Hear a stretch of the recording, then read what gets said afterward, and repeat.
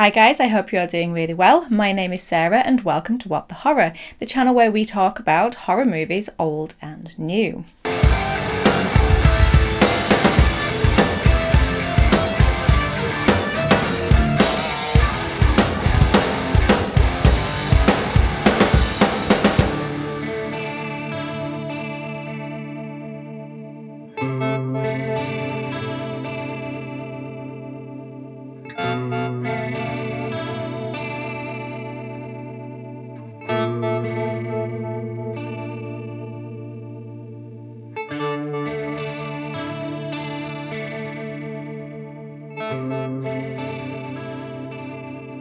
Hello, Amanda, Mark, Adam, Paul, Dr. Gordon.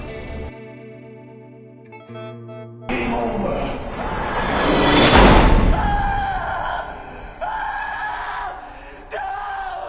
Good night, sweet prince. Today we are talking once again about one of the biggest movies in the horror genre, 2004's Saw, created by Whannell and James Whannell. Welcome to part 2 of my Game Over Saw deep dive documentary. If you found the channel through this episode and haven't seen the first one yet, or if you are one of my lovely What the Horror family and just happened to miss the first one, then I will leave a link to it here so you can go and check it out. Last week in part 1 we talked about creators James and Leigh, the idea and inspirations for the film, getting the film made, the actors, the story and the characters. Today, however, in part 2 we are talking about the traps, the sets, filming and post-production, that ending, and finally Saw's legacy. But before, let's refresh ourselves on the movie in question. Saw is one of the most influential horror movies in film history and spawned one of the most successful horror franchises that has spanned 19 years and 10 films,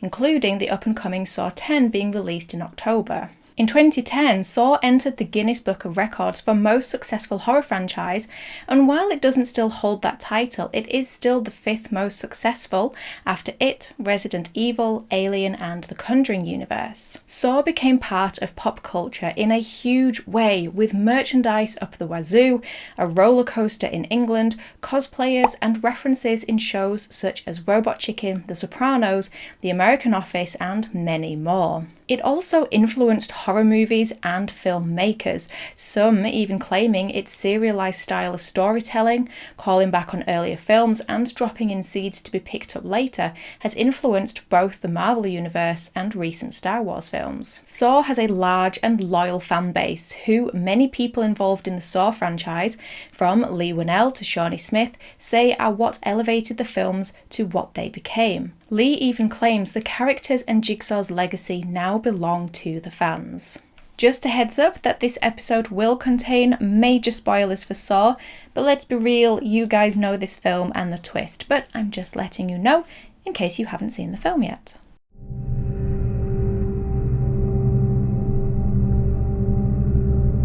If you saw part 1, then you will know that James and Leigh have both said that the original Saw was not intended to be about the traps. Leigh said the traps were only a small element of the first film, and James said, quote, "Saw was never really about just killing people in cool ways," end quote. The meat of the story was two guys stuck in a bathroom. Saw was a non-linear puzzle or a bit of a locked room thriller as Leigh describes it. But you can't deny that even back in the original, the traps stand out as a truly sinister and violent way to have your villain kill their victims. Actually, technically speaking, he's not really a murderer. Well, he sort of is. I mean, those people didn't put themselves in the traps, did they? But there is a whole discussion around the question, is Jigsaw actually a killer? A question we're not getting into today, as today is about the original Saw. However, I would be tempted to take a look at that another day in another episode. While the traps may not be the main element of the original Saw movie, they are still creative and, well, memorable. They're memorable not only for the violence of them, but also the visuals. While we don't always see the actual acts of violence in the traps in the original Saw, the erratic editing and flash imagery allows them to remain incredibly horrifying and unsettling. Perhaps two of the most well-known and iconic traps in the Saw franchise take place in the original Saw. the bathroom trap, and the reverse bear trap. The reverse bear trap, where Amanda Young finds herself waking up with a metal contraption fitted on her head, is perhaps the most iconic. It was used on movie posters, adorns merchandise, and is also referenced through later films in the franchise. The reverse bear trap itself, the one used in the original Saw, was created by special effects supervisor Thomas Bellissimo and based off of the original designs by James and Leigh, with tweaks made by Julie Berghoff. The original trap used in the Saw short was considered too big and bulky, so they made adjustments and made it out of aluminium, not steel, to make it lighter for the actor to wear. And then the whole thing was painted to look rusty and stuff. A little fact about the bear trap scene: the guy lying on the floor who Amanda has to kill, the quote, dead cellmate, is actually played by one of the producers, Orrin Cools. In fact, a lot of the trap victims in the original Saw are played by producers or a friend of a producer. It works out much cheaper that way. While James and Leigh had already in effect filmed this scene, as it was the one they chose to use in the short, James said he actually had less time to film the scene for the film itself. But having such a clear vision of how the scene was going to look and having had a test run certainly helped. They shot it in one day with only 1 or 2 takes, as with every scene, and a very ill Shawnee Smith, which we mentioned in part 1. The bathroom trap is perhaps the most well-known one along with the reverse bear trap, and yet is also the most unusual, standing out apart from the others. Perhaps it's the fact that we follow this trap for the runtime of the film. Perhaps it's the fact that it is lit with a blue colour rather than the signature green. If you saw part 1, you will know that James chose the colour green to represent Jigsaw in the film, seeing as how we wouldn't see much of Jigsaw himself. So the colour would be part of his personality and presence within the film. But the bathroom trap has always stood out as different to me. The fact that Jigsaw not only watches, but actually places himself in it with them for one thing. We know Jigsaw likes a ringside seat. Looks like our friend Jigsaw likes to book himself front row seats to his own sick little games. But this time he makes himself vulnerable by being in it with them. And talking of Jigsaw being ever present in the bathroom, Leigh and James have often been asked, how could Jigsaw realistically lay there on the floor for that long without moving or giving the game away? And Leigh explains it as, quote, in their head they see it as there are drugs out there that can be a muscle relaxant and can slow the heart rate, end quote. Leigh also said that for Jigsaw, the added element of possibly being caught spurs him on. That Jigsaw didn't necessarily think that he would get away with it, and lying there watching it unfold added excitement to it for him. And a little fun fact about the bathroom trap is that filming in the bathroom took place over the first 6 or 7 days of filming, and Tobin Bell was actually laying on the floor for that entire time. I mean, sure, okay, he probably got up for bathroom breaks and for food. You know what I mean. As in, every scene you see Jigsaw on the floor, that is actually Tobin Bell. I was on the floor the whole time if you saw any piece of me, whether it was my foot or a hand, it all had to do with the framing. James jokes that they neither had the time to make or budget to pay for a dummy. But both James and Leigh also say that by having Tobin Bell lying on the floor, it adds a level of realism to the situation. That every time you see Tobin move, which you can if you look closely, it's how it would be. Jigsaw would move a fraction every now and then. According to Leigh and Carrie, the chains in the bathroom trap did actually hurt. They did have a rubber lining like that of a wetsuit, but they were real chains and did hurt after a while, especially as they pull on them. And one day they apparently accidentally locked Carrie in his by using a nail that was far too big. The bear trap scene and the one where Lawrence begins to saw his foot off were apparently the ones where they had walkouts during initial screenings. These were the 2 scenes which unsettled people the most, and they apparently even had someone throw up at the Toronto screening. But James and Leigh never had confirmation on that, as in who it was, but they were just excitedly told it by someone else. I guess it's a gauge to read if you successfully affected your audience.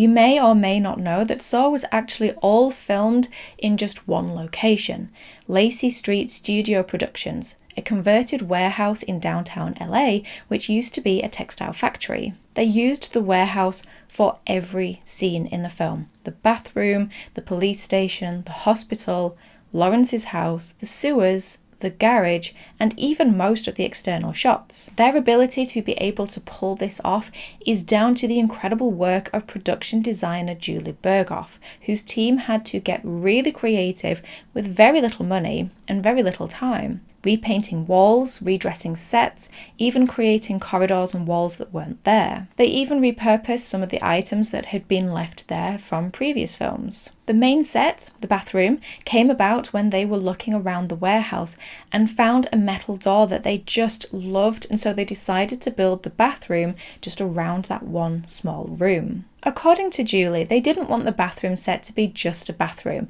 as in a men's or women's room.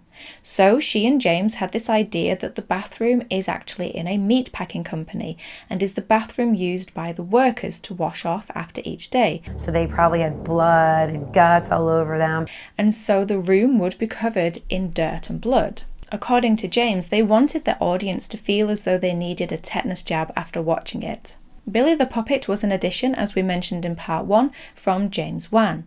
He actually made the puppet in his bedroom as a mock-up, but because of budget restraints they actually just ended up using that one. In the bear trap scene, the puppet was operated by James himself, and to create the appearance of Billy cycling in on his little tricycle, they simply attached fishing wire to him and pulled it in. The pig mask came from James wanting really grotesque imagery in the film. I mentioned in part 1 that in the early stages of Saw, James and Leigh saw it as more of a fantasy and comic book style film visually, and it had lots of fantastical elements to it, especially in terms of Jigsaw's look. James apparently originally wanted to have Jigsaw wear a real pig's head, but as with a lot of their original ideas, they didn't have the budget to make a prosthetic pig's head, so the team instead created the pig mask as a cheaper alternative.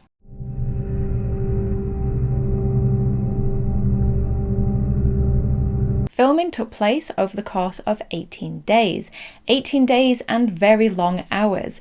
According to James, he didn't sleep for most of the shoot, and a large supply of Coca-Cola is what kept him going. The bathroom scenes were filmed chronologically over the first 6 or 7 days, and it was shot chronologically because, as I've mentioned before many times, they just didn't have the budget to go back and forth and clean up the set to do an earlier scene. The dirt, grime, and fake blood really did build up over those 6 or 7 days, and the set became genuinely filthy as well as dressed to look filthy. Both Leigh and Carrie have said that filming it in order helped them in terms of keeping track of where they're at emotionally, and for James, he feels it helped maintain continuity. The bathroom set was genuinely closed off, with them only moving a wall for 1 or 2 scenes, and there's also a roof to the room which you can see at points, and again, Leigh and Carrie have said that this really helped set the feel of those scenes and that you could really at times feel trapped within the room. And James believes that this set being closed off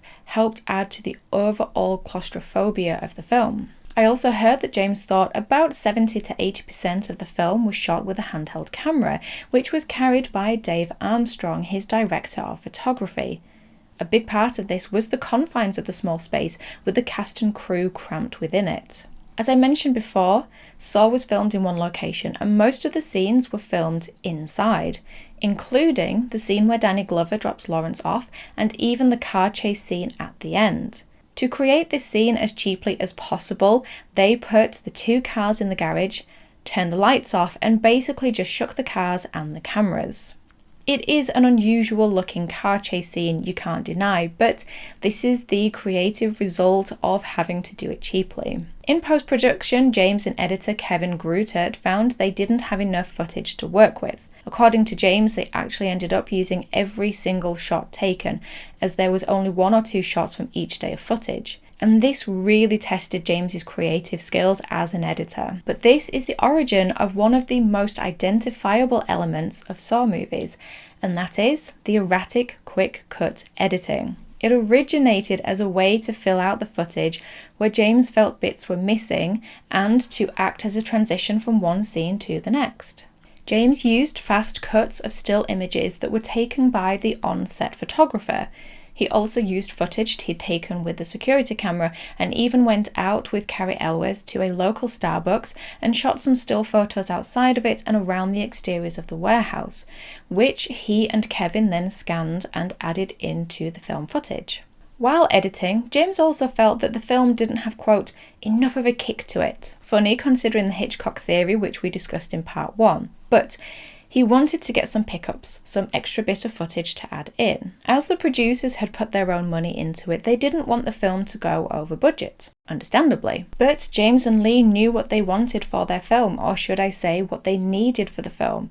And so they went out and did it anyway, using their own money. James, Leigh, their makeup artist, and Dave Armstrong went back to Lacey Street. They used Dave's camera and lights that he was using to film a commercial at the time, and they pooled in $400 and paid to get back into the warehouse. They filmed 2 scenes, using Leigh to stand in as both Ken Leung and Shawnee Smith, where the detective is entering the warehouse and later in the corridor, and the other where Amanda is stabbing the guy on the floor. The shadow on the wall and the close-up of Amanda's hands are all Leigh. How Saw was shot ended up being different from how it was in the screenplay, because they just didn't have the budget, resources, or time. But as I said, this incredibly clever and creative solution ended up defining the rest of the franchise, along with the use of colour. While there are reports of a fun, relaxed set with James and Leigh making everybody crack up, what is still evident is their knowledge of the film. It is their project through and through. They know the story and characters inside out. And so while they may have been hindered in some ways by lack of funds and time, the film itself wasn't hindered because of that knowledge and the fact that they had a very clear vision. I think that's why they were able to organically make changes that still fit the film and work.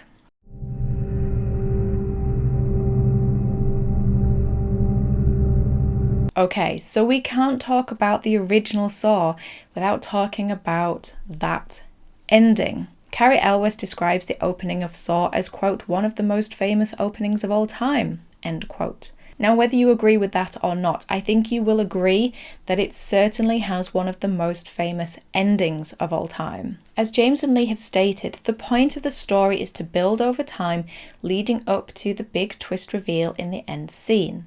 We watch as the cops close in, as Lawrence saws his foot off, as Zepp is killed by Adam, and as Lawrence then leaves to get help. And finally, we watch as Adam discovers the truth, that Zepp wasn't Jigsaw, but instead it was the supposed dead body that had been lying with them all the time. The ending really starts when Lawrence is finally broken and takes his shirt off to wrap around his ankle. A point in the film, according to James and Leigh, where at screenings they would see everyone start squirming and shrinking in their seats. I mean, as soon as he ties that shirt, you know what's coming. But as I've mentioned, the power of this scene is not in what is actually shown, but in the sounds and in Adam's reactions. Apparently, Leigh and James have had many people try to point out issues with the end scene, such as, why didn't they just shoot the locks off their chains? Or why didn't Lawrence just use his shirt to reach the phone like Adam did earlier? I mean, first of all, they couldn't actually reach the gun. That was the point. But in terms of Lawrence, James and Leigh say that, quote, by that stage, Lawrence has really lost it, and he's not thinking straight. It's not about getting the phone, and therefore he would go back to normality. It's not about that. That represents that he's lost it, end quote. James says that he needs to go from that, not thinking straight, to then cutting his leg off. You need to see just how broken he is. Some little facts for you on the end scene. Cary apparently did actually cut himself with the saw. Not badly, not enough to bleed, but he did. Charlie Clouser, who did the film's score, incredible score, had only 3 weeks to create it, but I think we can all agree he did an incredible job. According to James, the score was to be beautiful and melodic, but at the same time representing the character's state of mind in that moment. And perhaps the ending wouldn't be as effective without that score. Originally, they had varying ideas for what Adam would do to attack Zepp. One idea was that Adam would wrap the foot chain around him, trip him up, and his head would smack against the bathtub. But I personally think the toilet lid works so well because it really shows the desperation of Adam. The film closes in darkness, mirroring it opening in darkness, a creative choice that was always planned. And Tobin Bell lying on the floor with his arms and legs out is apparently supposed to be a play on X marks the spot. According to James, the end scene where Adam is listening to the tape is, in terms of editing and filmmaking, the part he is most happy with. It was filmed with only 2 shots, one from in front of Leigh and one that pans behind Leigh, and each only had 1 take. It's one long shot with Tobin only having 1 chance to get up and remove the latex from his head. And James has said in the audio commentary just how grateful he is to Leigh and what an amazing job he thinks he did. In fact, Tobin Bell said, quote, "That moment was only as good as it was because of Leigh's reaction." Leigh's reaction is huge in that moment. It's so truthful and so well done that that's what sold the moment. And for me personally, it doesn't matter how many times I watch this ending. I love it each and every time. It is magnificent. The score building, the editing, Leigh's reactions, Tobin's voice, and that final shot of game over and the door slam. I get goosebumps every single time. What's interesting is that both James and Leigh felt as though they had closed the door on Saw, literally. They didn't plan for a sequel. Right? Yeah, I mean, it's interesting because a lot of people said to us with Saw, oh wow, you left the ending fairly open, and we thought that we had literally and figuratively shut the door on it. Then, of course, the producer said, turns out you hadn't. That door can still be open, a key, we can still open it. And we were like, no, it's shut. And they're like, no, we found a way, it's ajar. They felt after Saw's release that Lawrence and Adam's fate was open to audience interpretation. Although in the audio commentary, Carrie says that with that much blood loss, Lawrence isn't getting 2 blocks away. But of course, we now, 19 years and 9 sequels later, know differently. But I like to think it's your personal choice. You can either take the first one on its own and decide their fate yourself, or you can take the 9 sequels and follow what they say.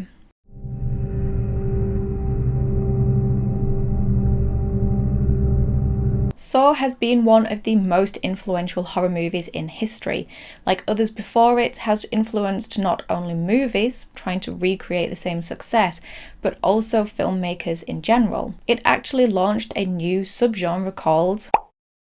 Yeah, I'm not saying that. 2 words YouTube doesn't exactly love. This subgenre hasn't always been viewed in the most positive light, especially by the critics. It's not one that is to everybody's taste.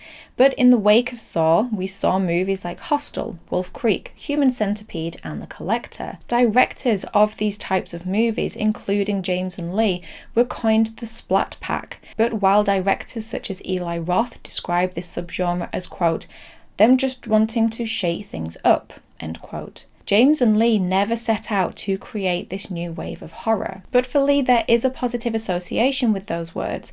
As he says, it just reminds him of all these good things that have happened in his life. As a term, I think it's just something that the media comes up with for a shorthand. You know, I've worked for magazines before and you're always looking for shorthand, like what's the most direct way to into somebody's conscious. And for James, he says, quote, I don't follow trends. That's not how you should make your film. Tell the story you want to tell and see what happens. I always use myself as a gauge. I just make the movies that I want to see myself, and hopefully other people out there would feel the same way. It also kickstarted a new business model when it comes to marketing a film. Take a low-budget genre idea. You don't need big movie stars attached to it, so to speak, right? And it's just a concept that is the movie star of the project, right. And you build a huge marketing campaign around it. Lionsgate made Saw synonymous with Halloween. You know the tag, if it's Halloween, it must be Saw. You also had things like blood drives taking place at screenings of the original Saw, and dental floss made up for the release of Saw 3. What came across in my research was that no one involved in the making of Saw ever expected it to be as successful as it was. Carrie Elwes joked, I think we were all hoping just to make our money back, actually. We had no idea it would end up making $100 million. Leigh, using an Olympic metaphor, says they never aimed for gold. They just thought it'd be quite nice to get bronze. But everyone who did work on Saw, who I've seen interviews with, is so proud to have been a part of it. From the actors, the makeup artists, production designer, editors, special effects, cameramen, composer, producers, executive producers. They're all so proud to be part of this project. You have to remember that this is James and Leigh's first feature film. In fact, it's a lot of the crew's first film, and what they achieved with little budget and time is incredibly impressive. As Carrie Elwes says, quote, "This is no small feat that they accomplished," end quote. He also says there aren't many filmmakers, writers and directors who are known for their first film, or have people even having seen their first film. In an Insidious on-set Q&A, Lynn Shay describes what she feels is the success in James and Leigh as a partnership, and why they've had so much success with films such as Saw and Insidious. That they're good listeners, as well as good talkers, that they're not sparring with each other, that they instead fly off of each other. She said, quote, "That's part of what makes it a great creative partnership, because you keep sparking each other to places," end quote. But they're not above pointing out all of the plot holes and issues in Saw, like Adam being the worst surveillance photographer in history with a flashbulb, and how things are always just thrown perfectly across the bathroom, even if physics wouldn't actually allow that. James Wan and Leigh Whannell had a dream back in Australia and worked incredibly hard to make it come true. But what I love most about the story of them and Saw is that while their hard work was met with luck and incredible opportunities that they made good use of and were grateful for, producers of Saw and James and Leigh themselves have all said that whatever happened, they would have made the film anyway. They wanted to achieve their goal so much that they never put the possibility of it happening in the hands of others. So there you go, guys, a very deep dive into 2004's Saw. I apologise for the long length, but I just kept finding more and more interesting information and things to write about. I hope there were parts you found interesting and perhaps even learned something you didn't know before. I know I certainly did. And I love that. A film that you have loved for 19 years and you're still able to discover new things about it. I personally first watched Saw at a time in my life where it really resonated with me. Like Leigh, I also had a pretty negative view of the world when I was younger, and it just stuck with me ever since as one of my favourite horror films, and as many people laugh at this, a comfort watch. I enjoy the Saw franchise. There is a lot of fun to be had there, but nothing really compares to the original, for me personally. James Wan and Leigh Whannell are also some of my favourite filmmakers. I think they are incredibly talented, and I generally love the stories they have to tell and how they tell them. I have to say that they were actually big inspirations for me in terms of starting this channel, in terms of creating What the Horror. Their view of taking control of what you want to do, working hard for it, and making the most of the opportunities that come your way. And I have always created episodes in a way they create films. I've, like James said, used myself as a gauge and make content that I want to see, and just hope that others feel the same. As always, let me know down below in the comments your own thoughts. What do you think to Saw, and what does it mean to you? And what do you think of James and Leigh as filmmakers? I'm not sure what my next episode will be as yet, but don't forget to hit that like button and subscribe if you enjoyed this episode. And don't forget to check out part 1 if you haven't already. It is a fine piece of filmmaking, if I do say so myself, and I'm very proud of it. But in the meantime, thank you as always for stopping by. I really do appreciate it. Take care of yourselves, and I will talk to you in the next episode. Bye, guys.